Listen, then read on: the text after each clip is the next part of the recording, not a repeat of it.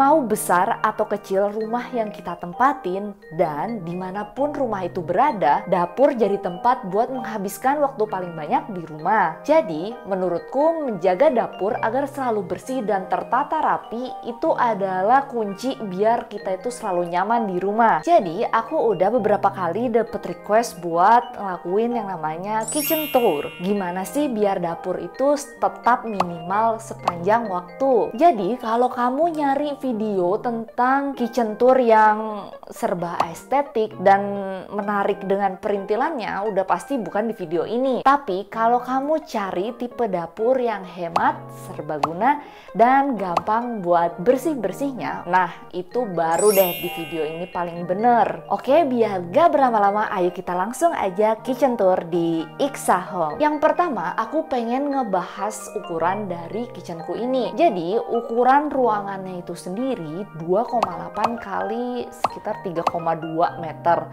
Nah, ruangan ini mencakup dapurnya, meja makan, dan kulkas dan perintilannya. Desain dan peletakan dari furniture yang ada di dapur ini aku sesuaikan biar bisa memaksimalkan dari dapur ini dan juga masih nyaman buat kita berpindah-pindah di dapurku yang kecil ini. Barang utama dari dapur kecilku ini itu adalah kabinet yang terdiri dari kabinet atas, kabinet bawah, dan ada juga bagian dari top table-nya. Nah, yang pertama aku pengen ngebahas dulu tentang isi dari kabinet atas dari dapurku. Dalam hal desain, aku tuh emang memaksimalkan tinggi dari kabinet ini setinggi ruangannya. Karena di situ aku bisa naruh penyimpanan yang besar, jadi nggak cuman buat dapurku, tapi juga buat barang non-dapur. Ini penting buat beberapa tahun ke depan, tapi bukan bermaksud buat menyimpan semua barang dapur itu ke dalam lemari yang tinggi ini.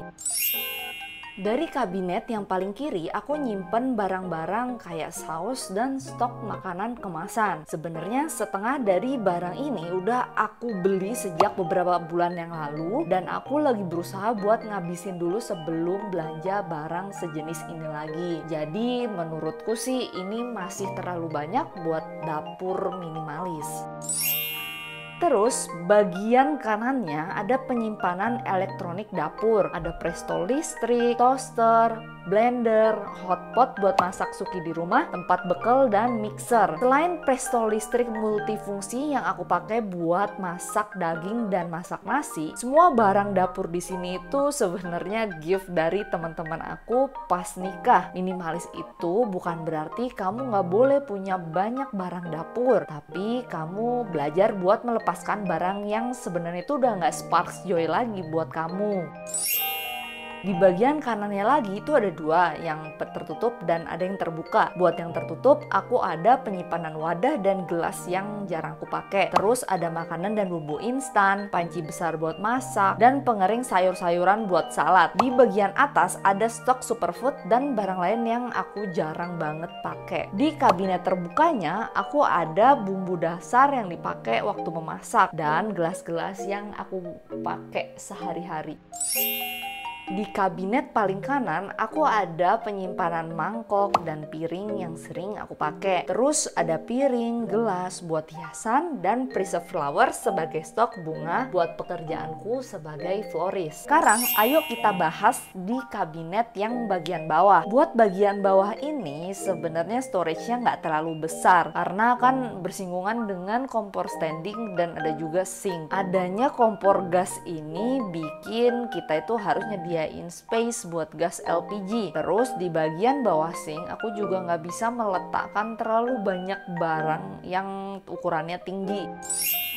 Di bagian kabinet paling kiri aku ngeletakin gas LPG dan wadah-wadah yang biasanya aku pakai buat meal prep. Di sebelahnya ada kompor standing, 4 tungku, dan 1 oven. Energi keduanya dari LPG. Selain karena suka dengan model kompor standing, aku pilih ini biar ovennya itu lebih hemat karena pakainya itu LPG, jadi bukan listrik. Terus di sebelahnya ada kabinet buat meletakkan bumbu dapur. Sebenarnya ini tuh masih kurang efisien secara space ya. Makanya sebelum desain dapur, kalian itu mesti paham betul kebutuhan storage kalian dengan baik. Terus di kanannya lagi ada tempat sendok, garpu, dan peralatan masak lainnya. Jumlahnya nggak terlalu banyak. Ini aja sebenarnya aku mesti declutter lagi karena ada beberapa barang yang jarang banget aku pakai tapi aku letakin di sini. Di laci bagian tengah ada space buat minuman, lap dapur, dan peralatan masak yang nggak cukup kalau aku taruh di laci bagian atas. Minuman ini juga aku beli terlalu banyak sampai kemarin nih ya waktu aku declutter aku nemuin beberapa minuman yang sudah kadaluarsa. Sedih banget kan mesti ngebuang barang-barang kayak gitu. Di bagian laci paling bawah ada pen dari berbagai ukuran dan panci kecil yang sering aku pakai.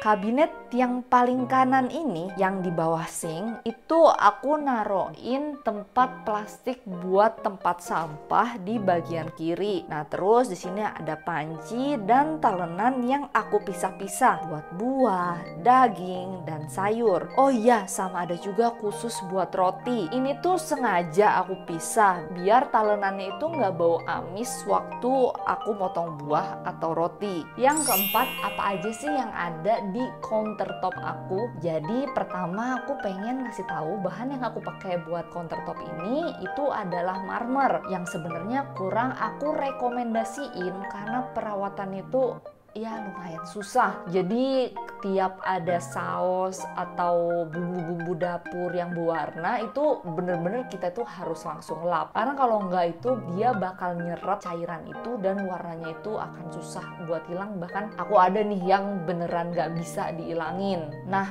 buat barang-barang di atas top table ini aku tuh udah ngurangin banget jumlahnya biar lebih gampang buat ngebersihin, karena barang-barang yang kelihatan di atas top table ini kalau nggak dibersihin akan cepat berdebu. Dengan nggak ada banyak barang di atas top table ini, aku kan tinggal langsung ngelap aja debu yang jatuh, jadi nggak perlu bersihin secara detail. Terus yang kelima, aku tuh punya beberapa alat elektronik yang ukurannya besar. Elektronik pertama itu ada kompor standing yang udah aku jelasin kenapa aku pilih model kayak gini. Dispenser ini sebenarnya cukup makan tempat, cuman karena aku sering minum minuman panas dan galonnya itu masukinnya di bagian bawah, akhirnya aku beli dispenser ini. Terus di sini ada mesin kopi instan kalau aku pengen bikin kopi. Terus ada kulkas 3 pintu yang aku suka banget. Jadi aku pilih ini tuh karena bisa muat banyak barang karena ukurannya itu 400 liter. Tapi bagusnya dia tuh nggak makan space banyak kayak kulkas side to side atau 2 pintu yang gede itu pada umumnya. Jadi dia tuh kayak lebih memanjang ke atas. Terus aku suka karena freezernya itu di bagian bawah dan ukurannya itu lebih luas loh kalau dibanding yang bukaan biasa. Aku nggak nyimpen terlalu banyak makanan karena aku tuh takut kalau makanan itu aku lupa bikin karena aku lupa masak dan akhirnya itu aku mesti ngebuang. Yang pasti selalu ada itu kayak buah, sayur yang aku stok itu tiap 1 minggu sekali, dan protein kayak telur, daging buat sehari-hari. Kuncinya itu adalah meal prep, jadi kulkas nggak akan penuh dan berpeluang kamu buat buang makanan karena basi. Aku punya 2 elektronik yang aku tuh nggak taruh di dapur karena emang aku belum bikin rak-rak buat elektronik ini. Yang pertama ada microwave yang aku sering banget pakai karena microwave ini bisa aku pakai buat ngedefrost daging-daging. Tentunya dengan kamu mesti ngepindah daging yang dari misalnya plastik ke wadah yang bisa buat dimasukin di microwave. Terus aku juga bisa ngangetin makanan di sini.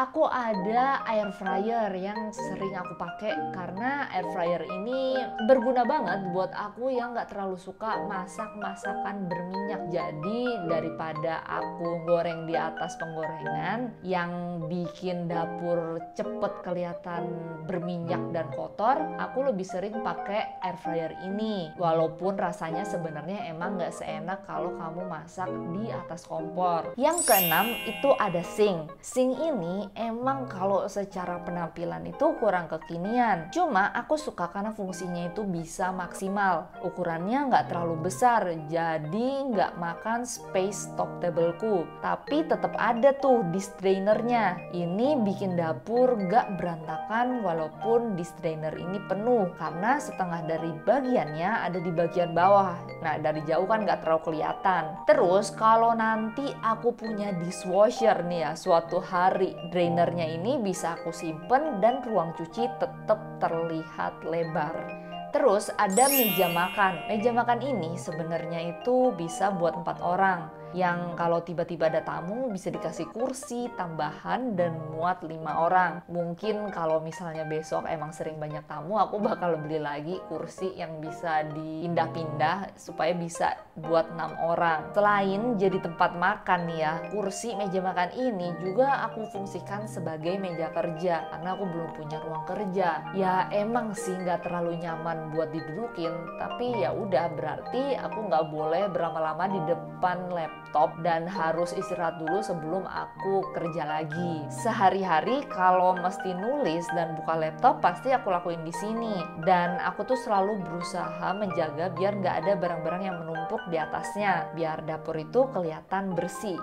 Jadi itu adalah kitchen tour dari Ixa Home yang menerapkan hidup minimalis. Postingan ini bukan jadi parameter kalau dapur yang kayak gini tuh yang lebih baik dan dapur kamu itu nggak lebih baik dari dapurku ya. Tapi postingan ini aku bikin biar bisa menginspirasi yang lain, dan di sini kita bisa saling belajar buat menciptakan dapur yang minimalis. Minimalis itu perlu proses dan tiap orang punya prosesnya masing-masing. Jadi boleh banget ya kalau kamu punya komen atau punya tips lain biar dapur Ixa Home ini terasa lebih lega karena lebih minimalis. Kalau kamu ngerasa postingan ini bermanfaat, jangan lupa kamu klik like button dan share video ini ke teman-teman kamu. Thank you for watching. See you on my next videos. Bye.